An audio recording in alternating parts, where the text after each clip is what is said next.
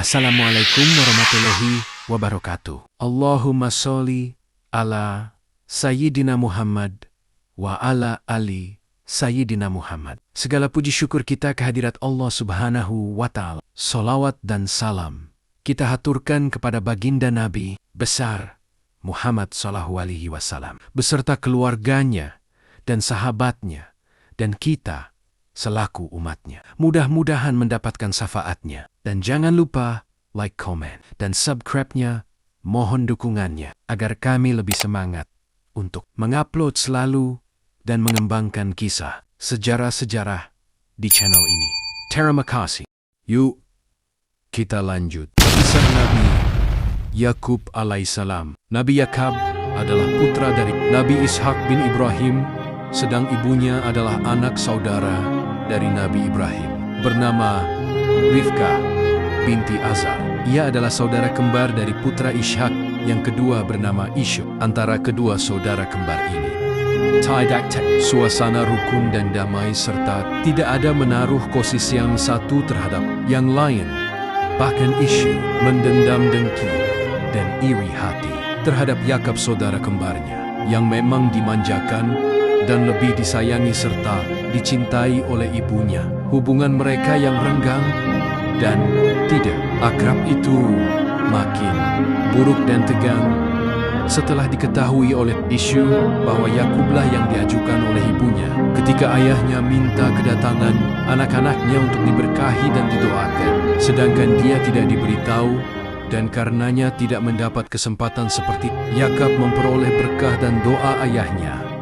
Nabi Ishak melihat sikap saudaranya yang bersikap kaku dan dingin dan mendengar kata-kata sindirannya yang timbul dari rasa dengki dan iri hati. Bahkan ia selalu diancam. Maka datanglah Yakub kepada ayahnya mengadukan sikap permusuhan itu. Ia berkata mengeluh, "Wahai ayahku, tolonglah berikan fikiran kepadaku. Bagaimana harus aku menghadapi saudaraku?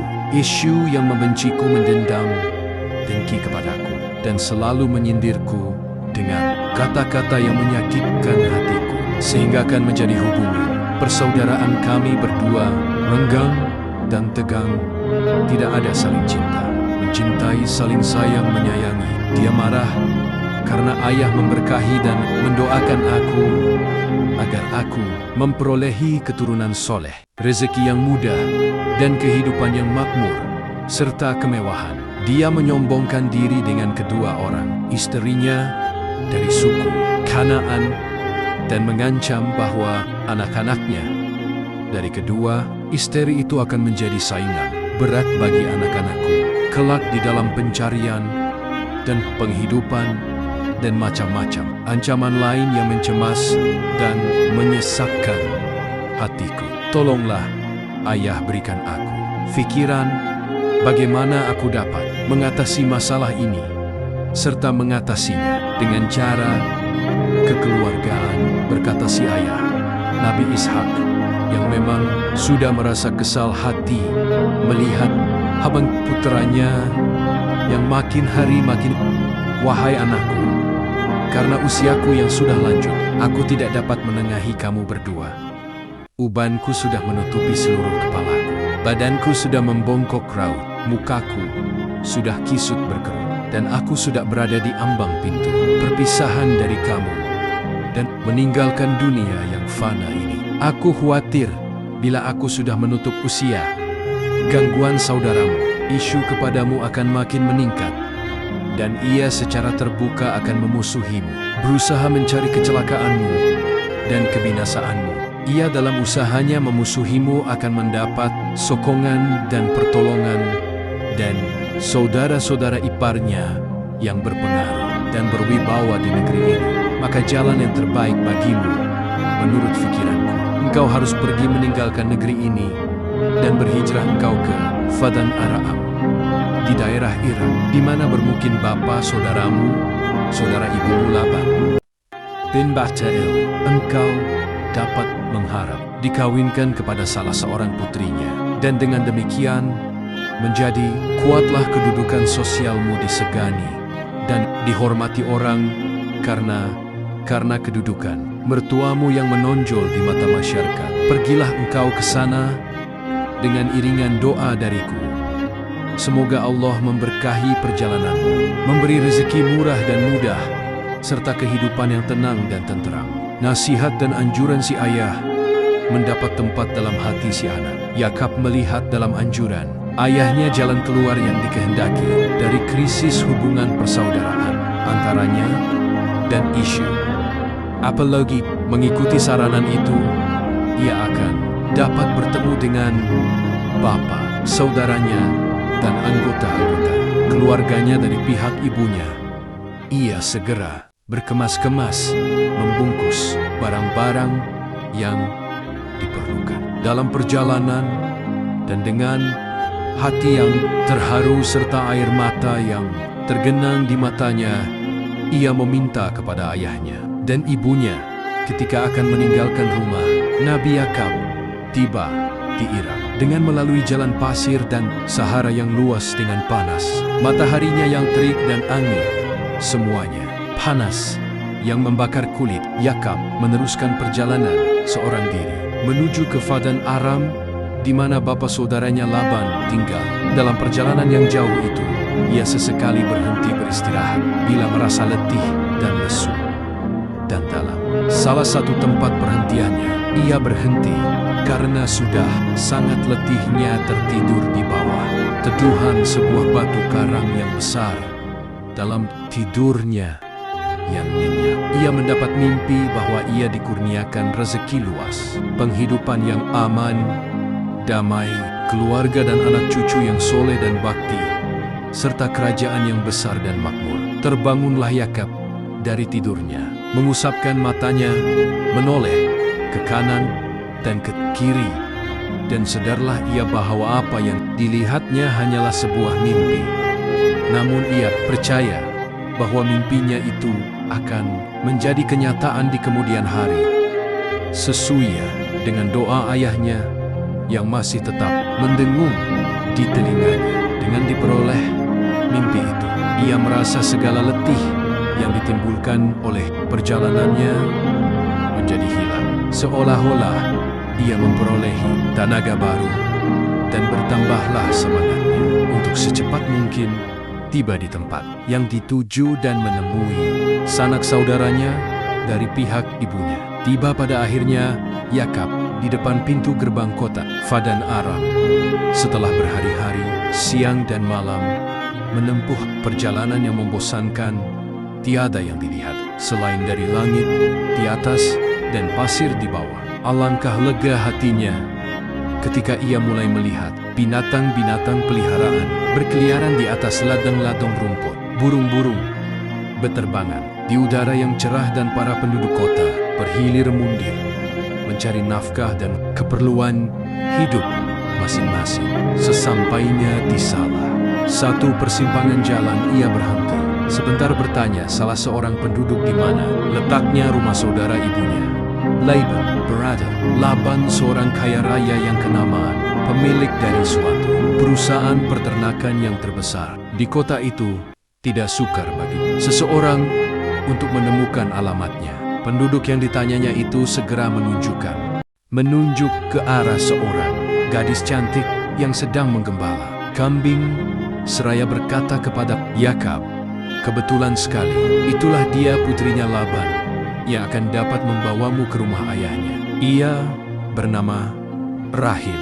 Dengan hati yang berdebar, pergilah Yakub menghampiri yang ayu itu dan cantik itu. Lalu dengan suara yang terputus-putus, seakan-akan ada sesuatu yang mengikat lidahnya, ia mengenalkan diri bahwa ia adalah saudara sepupunya sendiri. Ibunya yang bernama Rifka adalah saudara kandung Der, ayah si gadis itu. Selanjutnya, ia menerangkan kepada gadis itu bahwa ia datang ke Padan Aram dari Kanaan dengan tujuan hendak menemui Laban, ayahnya, untuk menyampaikan pesanan Ishak, ayah Yakub, kepada gadis itu. Maka dengan senang hati, sikap yang ramah, muka yang manis, disilakan Yakub mengikutinya berjalan menuju rumah Laban bapa saudaranya. Berpeluk-pelukanlah dengan mesranya si bapa saudara dengan anak saudara, menandakan kegembiraan masing-masing dengan pertemuan yang tidak disangka-sangka itu. Dan mengalirlah pada pipi masing-masing air mata yang dicucurkan oleh rasa terharu dan sukacita. Maka disampaikanlah oleh Laban bin Batuil tempat dan bilik khas untuk anak saudaranya, Yakab, yang tidak berbeda dengan tempat-tempat anak kandungnya sendiri, di mana ia dapat tinggal sesuka hatinya seperti di rumahnya sendiri. Setelah selang beberapa waktu tinggal di rumah Laban, bapa saudaranya sebagai anggota keluarga, disampaikan oleh Yakab KTP bapa saudaranya pesanan Ishak, ayahnya, agar mereka berdua berbesan dengan mengawinkannya kepada salah seorang dari puteri-puterinya. Pesanan tersebut diterima oleh Laban dan setuju akan mengawinkan Laban dengan salah seorang putrinya dengan syarat sebagai mas kawin ia harus memberikan tenaga kerjanya di dalam perusahaan penternakan bakal mentuanya selama 7 tahun. Yakab menyetujuinya syarat-syarat yang dikemukakan oleh bapa saudaranya, dan bekerjalah ia sebagai seorang pengurus perusahaan penternakan terbesar di kota Fadan Aram itu. Setelah masih 7 tahun dilampaui oleh Yakab sebagai pekerja dalam perusahaan penternakan Laban, ia menagih janji bapa saudaranya yang akan mengambilnya sebagai anak menantunya. Laban menawarkan kepada Yakab agar menyunting puterinya yang bernama Lia sebagai istri. Namun, anak saudaranya menghendaki Rahil adik dari Laya, kerana lebih cantik dan lebih ayu dari Laya yang ditawarkannya itu. Keinginan mana diutarakannya secara terus terang oleh Yakab kepada bapa saudaranya, yang juga dari pihak bapa saudaranya memahami dan mengerti isi hati anak saudaranya itu. Akan tetapi, adat istiadat yang berlaku pada waktu itu tidak mengizinkan seorang adik melangkahi kakaknya kawin lebih dahulu. Karenanya, sebagai jalan tengah agar tidak mengecewakan Yakab dan tidak pula melanggar peraturan yang berlaku, Laban menyarankan agar anak saudaranya, Yakab, menerima Laya sebagai istri pertama dan Rahil sebagai istri kedua yang akan disunting kelak setelah ia menjalani masih kerja 7 tahun. Di dalam perusahaan penternakannya, Yakab yang sangat hormat kepada bapa saudaranya dan merasa berhutang budi kepadanya yang telah menerimanya di rumah sebagai keluarga, melayannya dengan baik dan tidak dibedu-bedukan. Sioliola, anak kandungnya sendiri, tidak dapat berbuat apa-apa selain menerima cadangan bapa saudaranya itu. Perkawinan dilaksanakan dan kontrak untuk masa 7 tahun kedua ditandatangani. Begitu masa 7 tahun kedua berakhir, dikawinkanlah Yakab dengan Rahil, gadis yang sangat dicintainya dan selalu dikenang sejak pertemuan pertamanya tatkala ia masuk kota Fadan Aram. Dengan demikian, Nabi Yakab beristrikan 2 wanita bersaudara, kakak dan adik, hal mana menurut syariat dan peraturan yang berlaku pada waktu tidak terlarang, akan tetapi oleh syariat Nabi Muhammad Sallallahu Alaihi Wasallam hal semacam itu diharamkan. Laban memberi hadiah kepada kedua putrinya, yaitu kedua istri Yakab, seorang hamba sahaya untuk menjadi pembantu rumah tangga mereka. Dan dari kedua istrinya serta kedua hamba sahayanya itu, Yakab dikurniai 12 anak, di antaranya Yusuf dan Binyamin dari ibu Rahil, sedang yang lain dari Laya. Kisah Nabi Yakab di dalam Al-Quran. Kisah Nabi Yakab tidak terdapat dalam Al-Quran secara tersendiri, namun disebut-sebut nama Yakab dalam hubungannya dengan Ibrahim, Yusuf, dan lain-lain. Bahkan kisah ini adalah bersumberkan dari kitab-kitab tafsir dan buku-buku sejarah. Semoga kita bisa mengambil hikmahnya di dalam sejarah ini dan menjadi hamba Allah yang soleh dan soleha. Sekian dari kami, semoga bermanfaat. Wa'allahu a'lam bishawab. Wassalam.